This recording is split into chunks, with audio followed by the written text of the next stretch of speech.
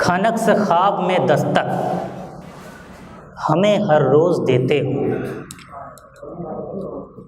खनक से ख्वाब में दस्तक हमें हर रोज़ देते हो।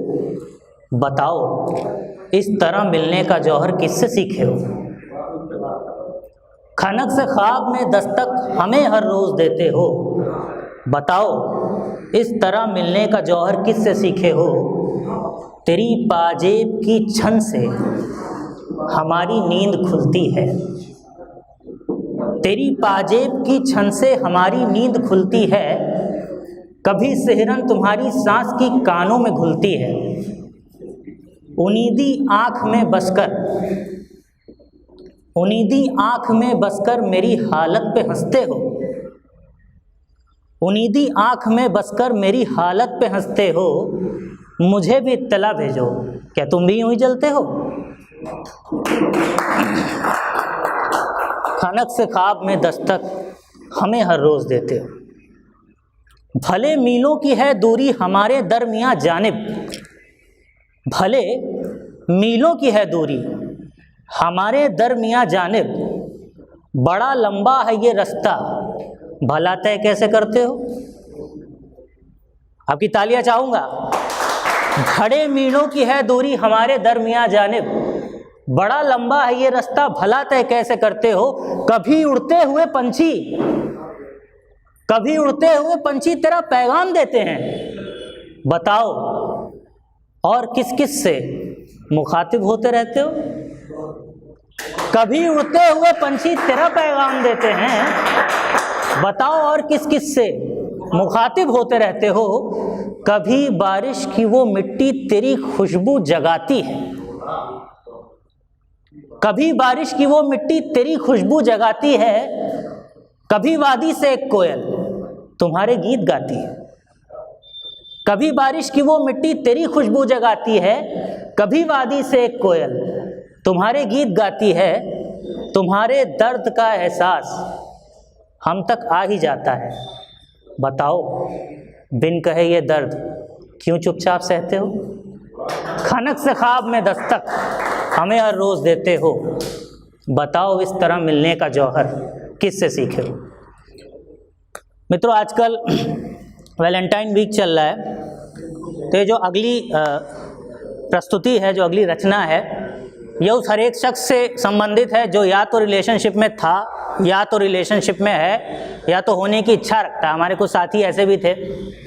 संभावना भी होती है ना, कई सारी पेंडिंग फ्रेंड रिक्वेस्ट हैं जो फ्यूचर में एक्सेप्ट होने की पॉसिबिलिटी होती है।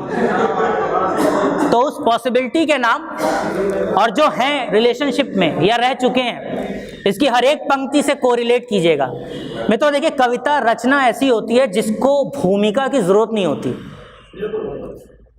आपने रचना कह दी और लोग समझ गए, पर फिर भी इस रचना की थोड़ी सी भूमिका मैं बताना चाहूँगा, क्योंकि उसी भूमिका में लिखी गई थी। भूमिका कुछ ऐसी है कि जब हम अपनों से दूर होते हैं, किसी खास से दूर होते हैं, तो हमसे कहते हैं ना फ़ोन पे, व्हाट्सएप पे कि अपना ख्याल रखना, परवाह करना। तो जवाब इधर से क्या आ जाता है कि तबीयत की मेरी परवाह है। तबीयत की मेरी परवाह है तो ज़्यादा ना करो, भले न पूछो मेरा हाल, मुस्कुराया करो। तबीयत की मेरी परवाह है तो ज़्यादा ना करो, भले न पूछो मेरा हाल, मुस्कुराया करो। आजकल घर के चिरागों के हाल खस्ता है। आजकल घर के चिरागों के हाल खस्ता है। मिले फुर्सत तो कभी घर मेरे आ जाया करो। मैंने यादों के चंद सिक्के बचा रखे हैं। मैंने यादों के चंद सिक्के बचा रखे हैं। बढ़ेगा ब्याज, इन्हें खर्च भी कर जाया करो। मैंने यादों के चंद सिक्के बचा रखे हैं। बढ़ेगा ब्याज, इन्हें खर्च भी कर जाया करो। और कोरिलेट कीजिएगा अगली लाइन से कि मिला करते थे जिस जगह पे कभी हम अक्सर, मिला करते थे जिस जगह पे कभी हम अक्सर, क्या कोई आज भी मिलता है, देख आया करो।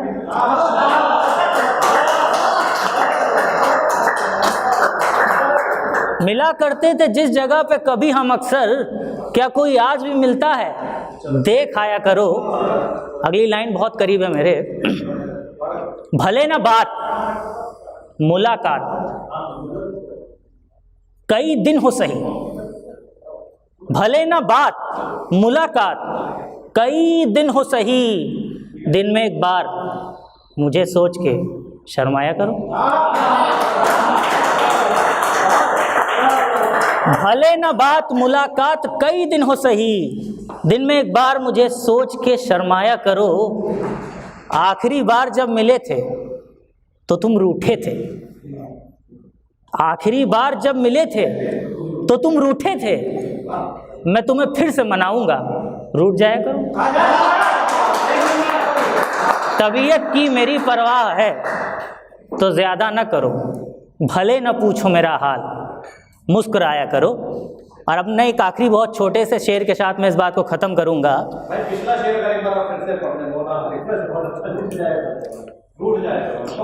कि आखिरी बार जब मिले थे तो तुम रूठे थे, मैं तुम्हें फिर से मनाऊंगा, रूठ जाया करो।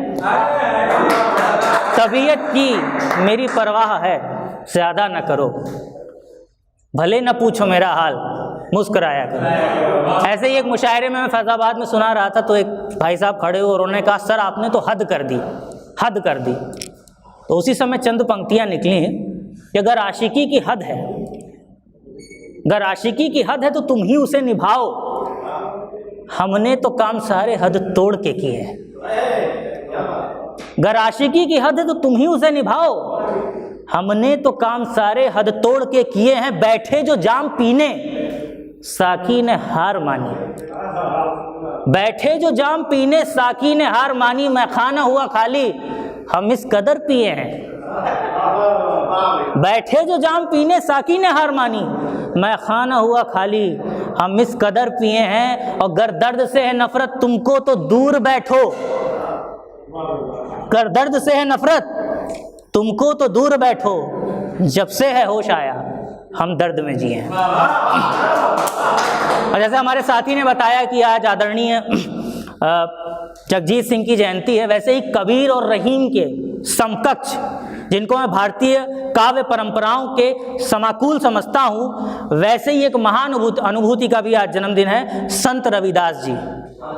संत रविदास जी का सिर्फ परिचय इतना समझ लीजिए कि एक बार वो संत थे, संत को तो आप जानते हैं, एक बार वो जूता सिल रहे थे चमड़े का। इस परिचय से आप समझ जाएंगे कि कितने महान थे। कुठाराघात किया उन्होंने अपने समय की कुप्रवृत्तियों पे कि एक समय वो जूता सिल रहे थे तो उनके पास एक बर्तन होता था जिसपे वो चमड़ा भिगोते थे, जिसे कठौता कहते हैं। तो एक औरत गुजरी वहाँ से, उसने कहा, भाई कभी नहा लिया करो गंगा में, शुद्ध हो जाओगे। तो संत रविदास का जवाब था, जो लाइन आप सबने सुनी होगी कि मन चंगा तो कठौते में गंगा। तो उस महिला ने कहा कि अगर ऐसी बात है तो मेरी एक ज्वेलरी, मेरा एक ऑर्नामेंट गंगा में गिर गया था, दे दीजिए। तो संत रविदास ने अपने उस कठौते में हाथ डाला था और उनका वही ऑर्नामेंट निकाल के उनको दे दिया था। तो ऐसे विभूति को नमस्कार। आज उनके जन्म दिवस के अवसर पर हम सब इकट्ठा हुए हैं। आप सबको मेरी शुभकामनाएं। धन्यवाद।